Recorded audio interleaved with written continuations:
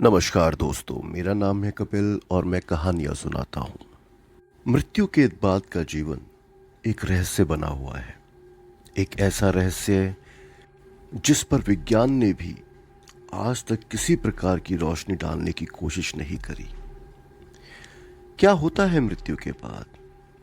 हमारे इस पाक शरीर का जो मिट्टी में तो मिल जाता है, पर आत्मा के स्वरूप में वो हवा में यूं ही विलीन होती है।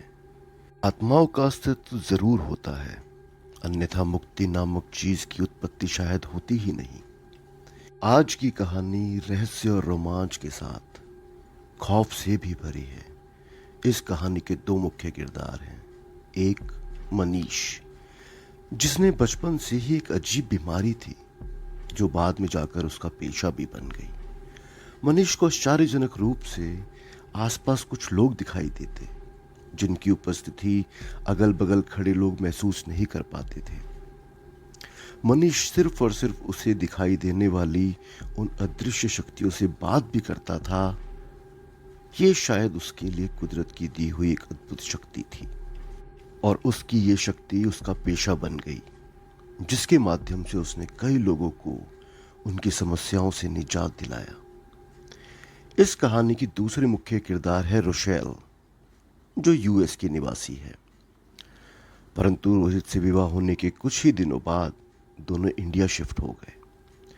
उसके बाद शुरू हुई कुछ ऐसी घटनाएं जिसकी कल्पना रोहित और रोशेल ने अपने बुरे से बुरे सपने में भी नहीं करी होगी।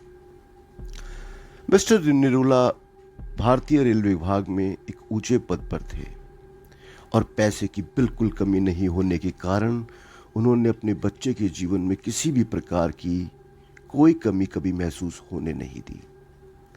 अपने बेटे को उन्होंने कंप्यूटर इंजीनियरिंग में पोस्ट ग्रेजुएशन के लिए अमेरिका भेजा, जहां पढ़ाई करते करते रोहित की मुलाकात रोशेल नाम की एक लड़की से हुई।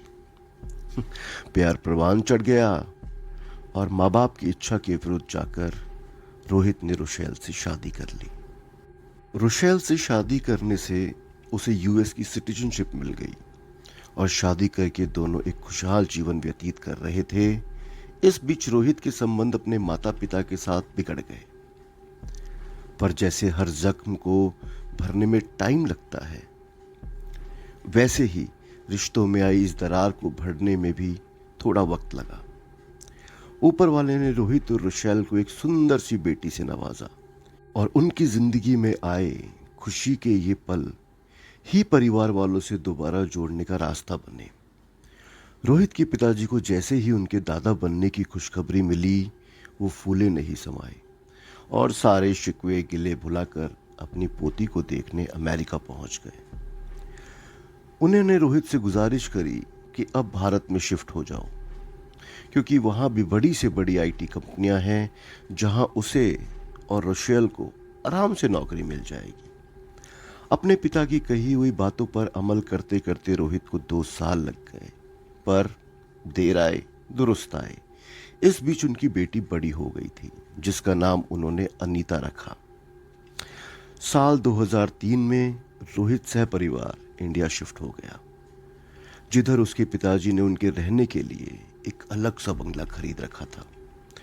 रोहित और रोशेल को यह बंगला बहुत पसंद आया, क्योंकि इसकी खूबसूरती को चार चांद लगा रहे थे इसका समंदर के पास होना। इस घर से शुरू हुई कुछ ऐसी अजीब और गरीब घटनाएं जिससे रोहित आज भी उभरने की कोशिश कर रहा है, क्योंकि उसने अपनी पत्नी रोशेल को मौत के मुंह में खुद को जानबूझकर धकेलते हुए देखा था। रात तकरीबन 1 बजे रोहित की आंख खुली तो उसने पाया कि उसकी पत्नी रोशेल वहां मौजूद नहीं है। वो उसे खोजता खोजता छत पर जा पहुंचा और ये देखकर उसकी आंखें फटी की फटी रह गई थी कि रोशेल छत के किनारे पर खड़ी थी। अगर वो एक कदम भी आगे बढ़ाती तो सीधा मौत के मुंह में होती। रोहित दबे पांव धीरे धीरे उसके पीछे पहुंचा और पीछे पहुंचकर एक झटके में उसे अपनी ओर खींच लिया। रोशेल अजीब निगाहों से रोहित को देख रही थी। मानो जैसे उसकी आंखों में कई सवाल छिपे हों। उसे कोई मालूमात ही नहीं थी कि वो रात के इस पहर छत पर अकेली कैसे पहुंची। रोशेल को लगा शायद वो कोई सपना देख रही हो या जो कुछ भी वहां हो रहा था वो एक सच था, ना कि कोई तिलिस्म। रोहित को लगा शायद रोशेल नींद में चलते चलते वहां पहुंच गई होगी, पर ऐसा था नहीं, क्योंकि रोशेल को नींद में चलने की कोई बीमारी तो थी ही नहीं। कुछ भी याद नहीं था उसे कि वो वहां कैसे पहुंची। थोड़े दिन में रोहित और रोशेल दोनों इस घटना के बारे में भूल चुके थे और एक बार फिर से सामान्य रूप से जीवन जी रहे थे। तभी अचानक एक रात एक ऐसी घटना घटी जिसने रोहित को अंदर तक सहमा दिया और पढ़ा लिखा होने के बावजूद जीवन के उस पार के जीवन की बातों पर विश्वास करने लगा। उस दिन रोहित को घर आने में थोड़ी देर हो गई। रात तकरीबन 1 बजे जब वो घर पहुंचा तो घर का दरवाजा खुला पड़ा था। रोशेल इस तरह की गलती कभी नहीं कर सकती थी, इसका रोहित को यकीन था। इसलिए रात के इस वक्त घर का दरवाजा खुला होना उसकी चिंता और ज्यादा बढ़ा गया। घर के अंदर घुसते ही उसने अपनी पत्नी को आवाज लगाई, पर 4-5 आवाज लगाने के बाद में भी, बेडरूम की जांच करने के बाद में भी रोशेल का कोई अता पता नहीं था।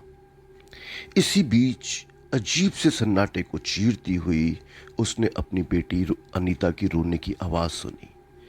ये आवाज अनीता के कमरे से आ रही थी। वो दौड़ता हुआ जब कमरे में गया तो डर से उसके हाथ पांव कांप रहे थे। अनीता कमरे के किनारे पे बैठी थी और रोशेल अपने चेहरे पे एक अजीब सी मुस्कान और आंखों में क्रोध लिए अनीता को घूरे जा रही थी। पहली बार रोहित ने अपनी पत्नी रोशेल पर हाथ उठाया और अचानक ही सब कुछ मानो सामान्य सा हो गया। रोशेल को कोई होशो हवास नहीं था कि अब से कुछ देर पहले वो अपने बच्चे के साथ क्या कर रही थी, पर अनीता, उसे सब कुछ याद था क्योंकि ये हादसा उसी के साथ हुआ था। अनीता ने रोहित यानी अपने पापा को बताया कि वो कमरे में सोई हुई थी। तभी अचानक किसी ने उसे बिस्तर से नीचे धक्का दे दिया और जब अनीता ने अपना होश संभाला तो पाया कि वो कोई और नहीं बल्कि उसकी माँ है, जो उसे किसी अजीब सी भाषा में गुस्से से कुछ कह रही है। वो कभी रो रही थी और कभी अपने आप हंसने लग रही थी।